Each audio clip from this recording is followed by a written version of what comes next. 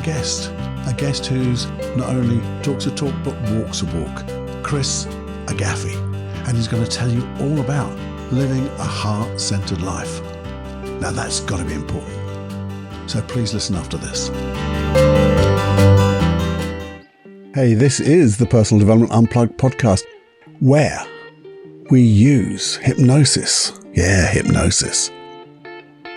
NLP, neuro-linguistic programming. Don't worry what it is. It's just a mass of processes that we're going to get you to change. Change to let go of anxiety, low self-esteem, and create massive supreme inner confidence. But that's confidence in your competence and competence in your confidence, which means you can do anything and be safe, to enjoy the world as it should be, with you at the helm, creating the life that you want.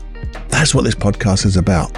You, and being the best you could be, singing from your real voice, aligned with your mission, aligned with your passions. That's what it's about.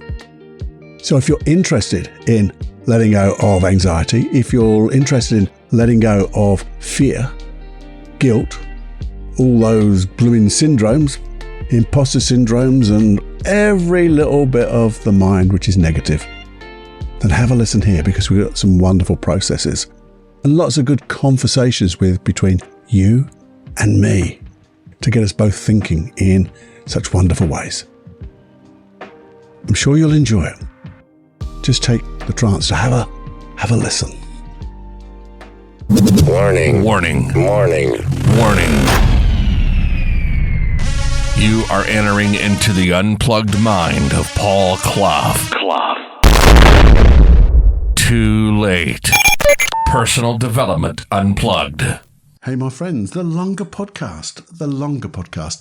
And I'm so pleased that once again, we've had someone who has asked to come on the podcast. And not only did they ask, they've walked the walk. They've actually created a lovely piece for us.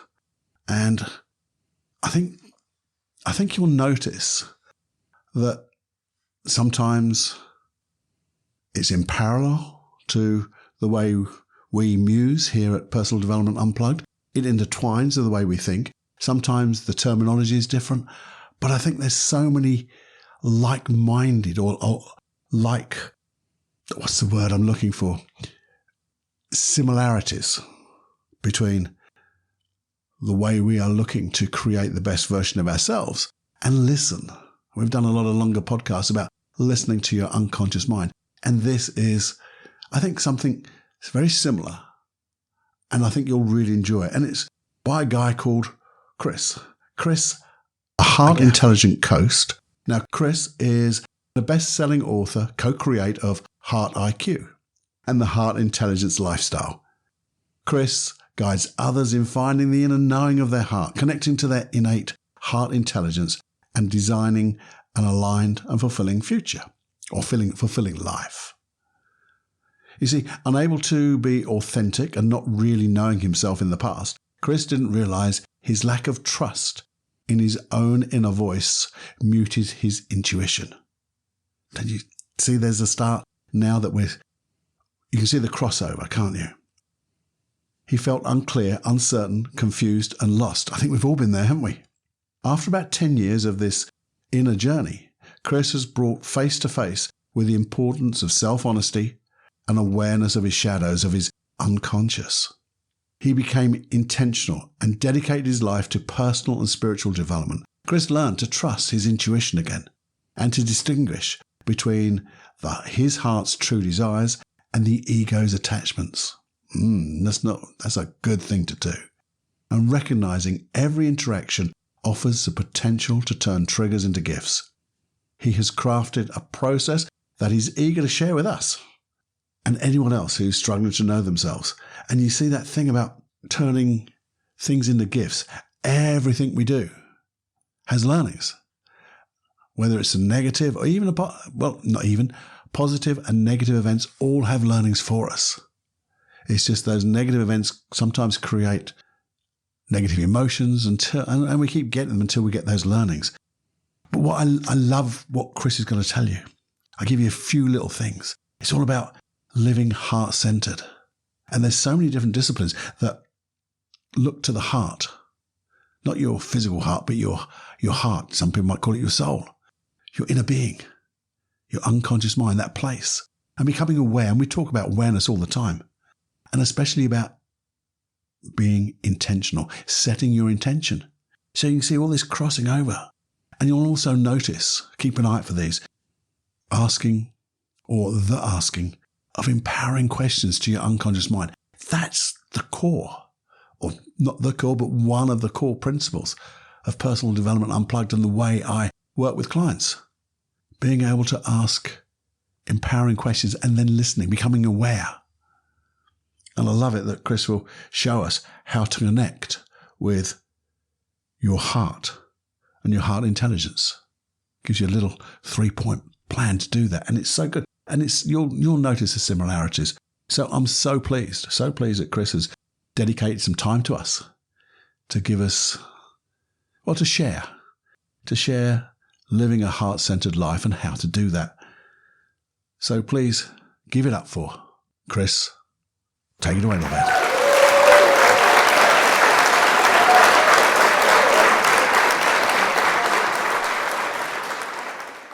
We've all heard the cliche, life is a journey, not a destination.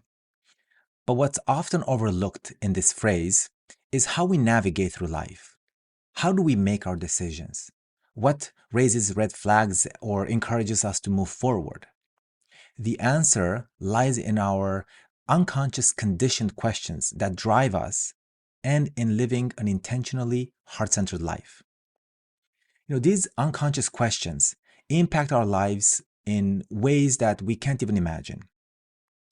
And they are buried deep in our psyche, even deeper than our inner voice.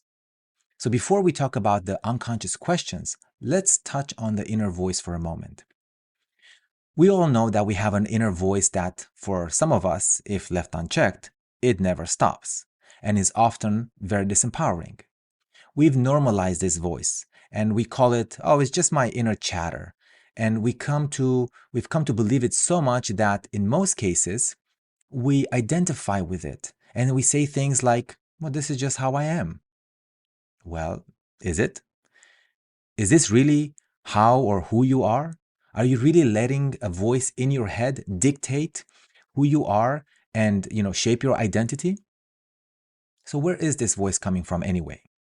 Research has shown that this voice is the voice of our parents or caretakers or people who made a profound impact in our lives.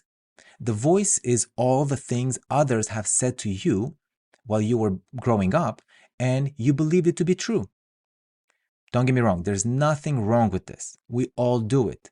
It's part of our makeup as human beings and it's part of our human experience. The powerful thing is to realize and understand that this voice and everything it tells you is not yours. It came from outside sources. It does not belong to you. You just choose to believe it.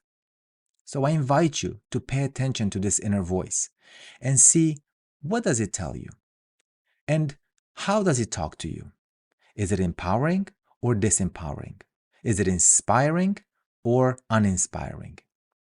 By bringing awareness to your inner voice, you are taking your power back and have a choice to reshape the voice, to bring intentionality to what it tells you. And most importantly, I invite you to bring compassion to yourself in this process. When I first realized that my inner voice and all the disempowering things it would tell me, that it was not mine and that it was mostly my parents, I became angry and I blamed them for it and I judged them. But of course, I also realized they did their best and they simply acted in accordance with their own inner voice. And where did their inner voice come from? It came from their parents. And where did their voice come from? Well, it came from their parents, and so on. You see, this is a generational voice that has been shaped by each person's life experience. And now you are living your life in the current modern times, but with an outdated voice. It's almost like having the latest generation computer and running Windows 95 on it. This is for those of you who are old enough to know what Windows 95 is. And of course, if you don't become intentional about your voice, you will pass it on to your children. This has been life-shifting for me, having this awareness, because me being intentional about my own inner voice has shaped my children's inner voice. I remember when I was a kid, I was hiking this one time with my parents, and it was not an easy hike. So I lagged behind and I complained the entire way up, how hard it was, and how I couldn't make it, and how I wanted to turn back. That was my inner voice for many years. So fast forward now, a few decades later, being intentional about how I shape my own inner voice and my kids' inner voice. One day, my youngest daughter, Elise, who was about 4 years old at the time, was playing in the forest behind our house. She was gone for a while, so I went to check on her. To come back to our house from the forest was a pretty steep hike. So when I saw her coming up, I decided to hide so she could hike up by herself, and I would only help her if she needed. From my hiding place, I heard her talking to herself. As she passed by, I listened to what she was saying. As she was huffing and puffing, she was saying things like, "Come on, Elise, you can do it. You are strong. You are powerful. You can do anything." And she kept repeating these over and over like a mantra. I was so proud of her, and I was also proud of myself because I knew I broke the generational cycle. So, like I said before, being aware of your inner voice and understanding where it comes from and also being intentional about it is very powerful. But the inner voice, as much as it eludes our conscious awareness, is only a superficial layer. What's even deeper in our subconscious that impacts our life. In fact, I'll go as far as to say our every thought, our every action, is the unconscious questions that we ask ourselves. These questions never make it to the surface, meaning they are not vocalized by our inner voice. So we remain unaware of them. And like Carl Jung said, until you make the unconscious conscious, it will direct your life and you will call it fate. And this is exactly the story of the unconscious questions that you ask yourself. So what are these questions and where did they come from? Like I mentioned before, the inner voice is generational, so it goes back a few generations. The questions, on the other hand, are evolutionary. They go back thousands of years and they are ingrained in us. There are many questions that we ask ourselves, and most of them are very disempowering.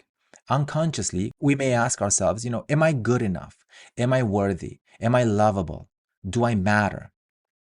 Of course, the answer to all these questions is a resounding yes. Yet, we still ask them because we doubt. And if we were to look at what's behind all these questions, you will eventually get to the core question. In fact, there are two core questions that we constantly and unconsciously ask ourselves. And these two questions drive all the other questions. They are, the muse that whispers to the inner voice, and they impact our thoughts, our emotions, our actions, and our life. These two questions are, number one, am I safe? And number two, do I belong? Now, the second question, do I belong, is ultimately tied to the first one, because if I belong, then I am safe.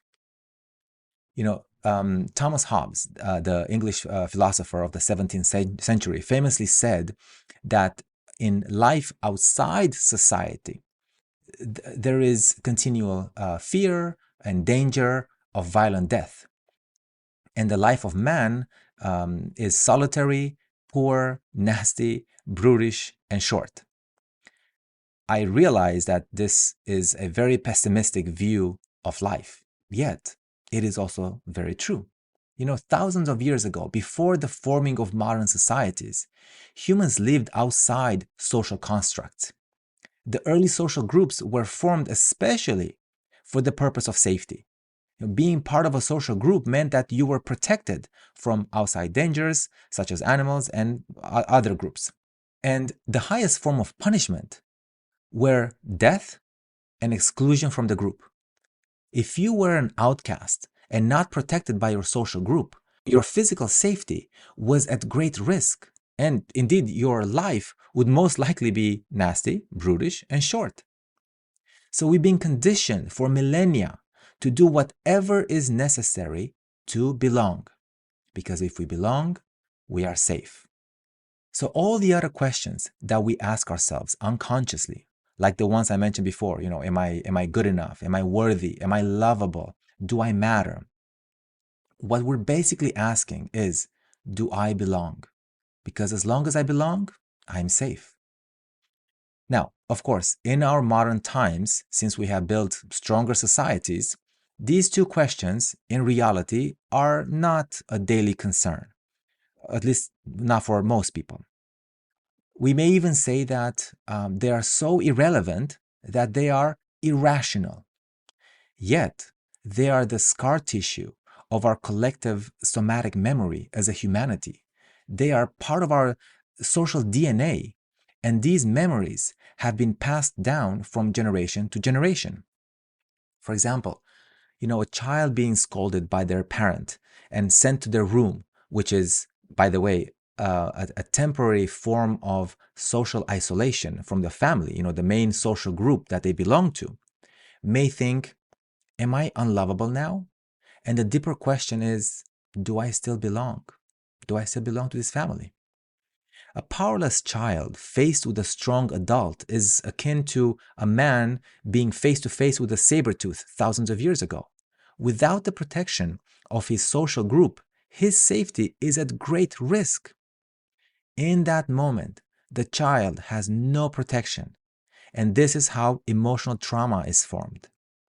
Now, later on in life, this child, as an adult, will contort themselves to be accepted and loved by his peers because, he or she has a somatic memory of what it feels like to not be accepted, to not belong. This adult may become a yes person, saying yes to everyone and everything, living in a chronic state of stress and anxiety because they are unconsciously and constantly asking themselves, what can I do to belong? And this is the reliving of the trauma. Then, of course, they go home and they scold their own child in the same way that they were scolded. And this is the passing on of the trauma. Now, I get it. All this sounds extremely depressing. But it doesn't have to be this way. Remember what Carl Jung said. Until you make the unconscious conscious, it will direct your life and you'll call it fate. So, everything I mentioned so far was to bring the unconscious into the conscious. Now you know. Now you have the awareness. Good luck. Sometimes my wife tells me that she can't tell when I'm being sarcastic and when I'm not. So just to be clear, I'm being sarcastic right now. Having awareness is not enough. If you simply stop here, you're going to be in awareness hell. Dale Carnegie said, knowledge isn't power until it is applied. So, how do we apply this knowledge? The simple answer is by being intentional. So now that you know that you have these two core questions that you unconsciously and constantly ask yourself, am I safe and do I belong?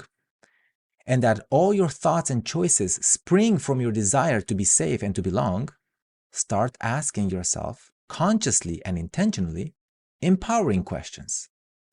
You see, your brain is an amazing biological machine.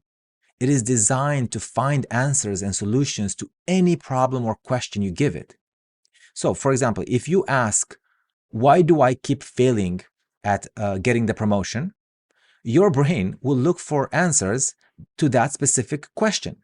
And those answers, depending on the self-esteem that you have created for yourself, may not, be empowering answers. You may get back answers such as, well, it's because you are not that smart. And because when you were in school, you were not the best student and kids didn't really like you. And now, no matter how hard you try, your boss doesn't like you and he probably would fire you if he had the opportunity. And on and on and on. You get the idea. How much stress and anxiety do you think you will feel with an answer like this? However, a simple shift in the question can shift everything. If you ask, for example, how can I improve myself and what are the most strategic things I can do to get the promotion? Well, now, that's a very different question. That will get you a very different answer.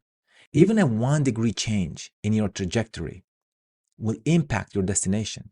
So become intentional with the questions you ask and ask empowering ones. This simple thing can have a huge impact in your life. However, if you want to create a phenomenal life, then you have to bring your heart into it. You see, these questions are off the mind. The awareness and the intentional questions and everything that we've talked about so far happens in the mind. But what's more powerful than your mind is your heart. And I'm not talking about your physical heart, the biological pump that keeps you from dying. I'm talking about your spiritual heart, the heart that gives life to your existence. Your heart is who you are. It's the authentic version of you. It's that voice that whispers and guides you. It's what we call heart intelligence, intuition, an inner knowing. It's that spark that lights your path in life, and that when you look back at all the times you've listened to your intuition, you never regretted it because it brought you to where you are today. And today, you get to experience the best version of you yet. Imagine tomorrow. And living life intentionally, connected to your heart, is what creates your future self, that best version of you, because it's a more authentic version, a more honest version of yourself. Connecting with your heart and tapping into your heart intelligence is not some, secret that only a few know about, or some special power that only a select few are born with. We all have this ability. We were all born with it. We just forgot how to access it. All we have to do is to look beneath the conditionings that we have received and shine the light of awareness on it. This empowers us to choose differently from a more authentic and honest self. So, how do we practically connect to our heart and tap into our heart intelligence? It's simpler than our minds make it out to be. 4 steps. Number 1, slow down everything. Slow down your body, your breath, your thoughts, your entire being. Just relax. Become still inside. Step 2. Bring your awareness to the space of your heart. Feel the relaxation dropping from your head down to your heart and to the rest of your body. Putting one hand or both in the center of your chest helps your body focus its energy and attention to your heart. Or you can envision that you are breathing in and out through your heart. Step number 3, feel. Feel with your heart. Notice. What is the quality of your feelings? And I encourage you here to not give them a name. Don't call them, good, bad, positive or negative, or happiness, sadness, love, joy, grief, anger, or whatever else may come up for you. Naming them puts you back into your mind. Just feel. Step number 4, listen. In the silence of your stillness, listen. Listen with your heart. You may even ask an empowering question and then feel the answer. The answer from your heart will always be simple and clear. And if it's not, then you're back in your mind. That's okay. Come back to your heart. You can connect with your heart, whenever you feel stressed, anxious, triggered, or whenever you need to calm your nervous system down. And more powerfully, you can connect with your heart regularly, every day, in order to create a new reality for yourself. Doing this simple practice of heart connection on a daily basis, you create a new emotional home for yourself, a new way of being. And this will translate into a lifestyle and eventually a new, more empowering reality. So remember, live intentionally, live from your heart.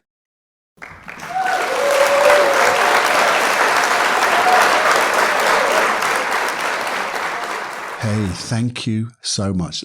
That was awesome. And we've talked about listening to that inner voice, and how do you do that? You look at some of the longer podcasts that have just gone on, right? Ways of listening, but going into your heart, that heart center. To me, that's that comfortable place inside that you're drawn towards when you close your eyes and you breathe in that wonderful way. Just becoming centered, and you'll find that place. And that thing about asking empowering questions, I believe that's one of the ways, that's one of the main ways you're going to get answers. If you don't ask the right question, you won't get the right answer. And when you ask it of your unconscious mind and listen and become aware, you then become intuitive, don't you? You find synchronicity starts knocking at your door. These things just tend to happen. But you begin to grow. So I wonder how much time you can spend listening to your unconscious mind with the things, listening for the answers to the things that you want to become the best version of yourself, because that's what we want for ourselves. And when we are the best version of ourselves today, I don't believe that you'll ever, ever, ever be your best version of yourself. What, Cluffy? Really? Even with everything you've talked about? We always talk about being the best version. Absolutely, you can be it right now, but you can always be a little bit better. But it's having the intention to be the best version of yourself. And when we strive to do that, we've got that aim, we've got that intention, that goal in mind, but that intention to be the best version of ourselves and to continue to learn, to strive, to be better and better, to look at the things that we do well and learn from them to do them even better. Because when we do that, you'll tend to find the things we don't do quite so well will get better. But looking at the things that we don't do quite so well, how can we improve? Ask those questions.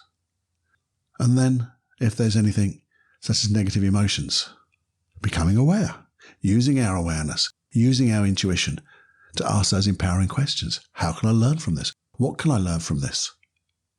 What can I learn from this to allow it to let it go, to let this emotion disappear? All the things, and we'll dive deeper into that, but I'm going to listen to this again because I want to get even more out of this talk from Cris.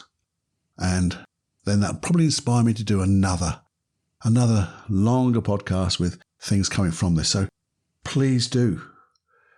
Well, I'd love you to say thank you to Cris.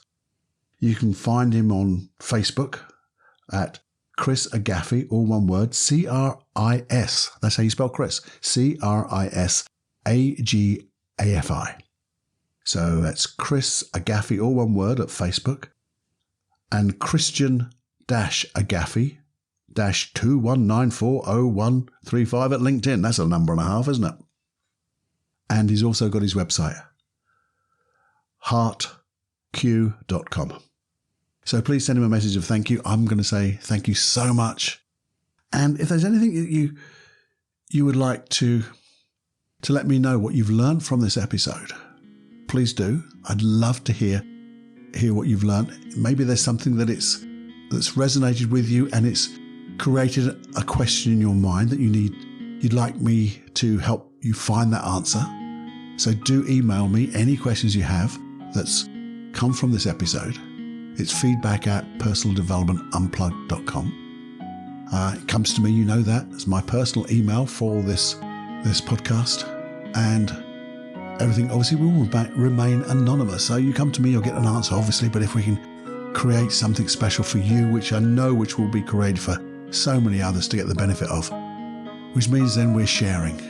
And when I talk about sharing, I just want to say, well, wouldn't it be nice if you became so aware to share this episode, to share Chris, his thoughts, and the Personal Development Unplugged podcast to so many people.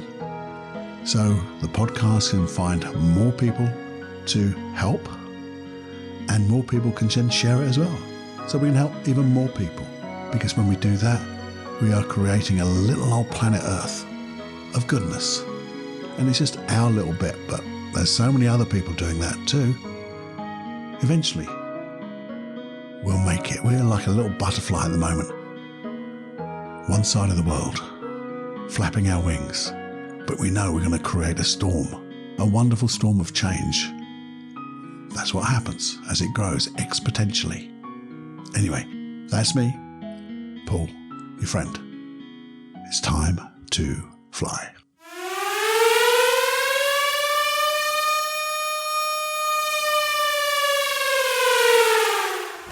Warning, you are now leaving the unplugged mind of Paul Clough. It's time to fly on your own. Be brave, my friend. Personal Development Unplugged.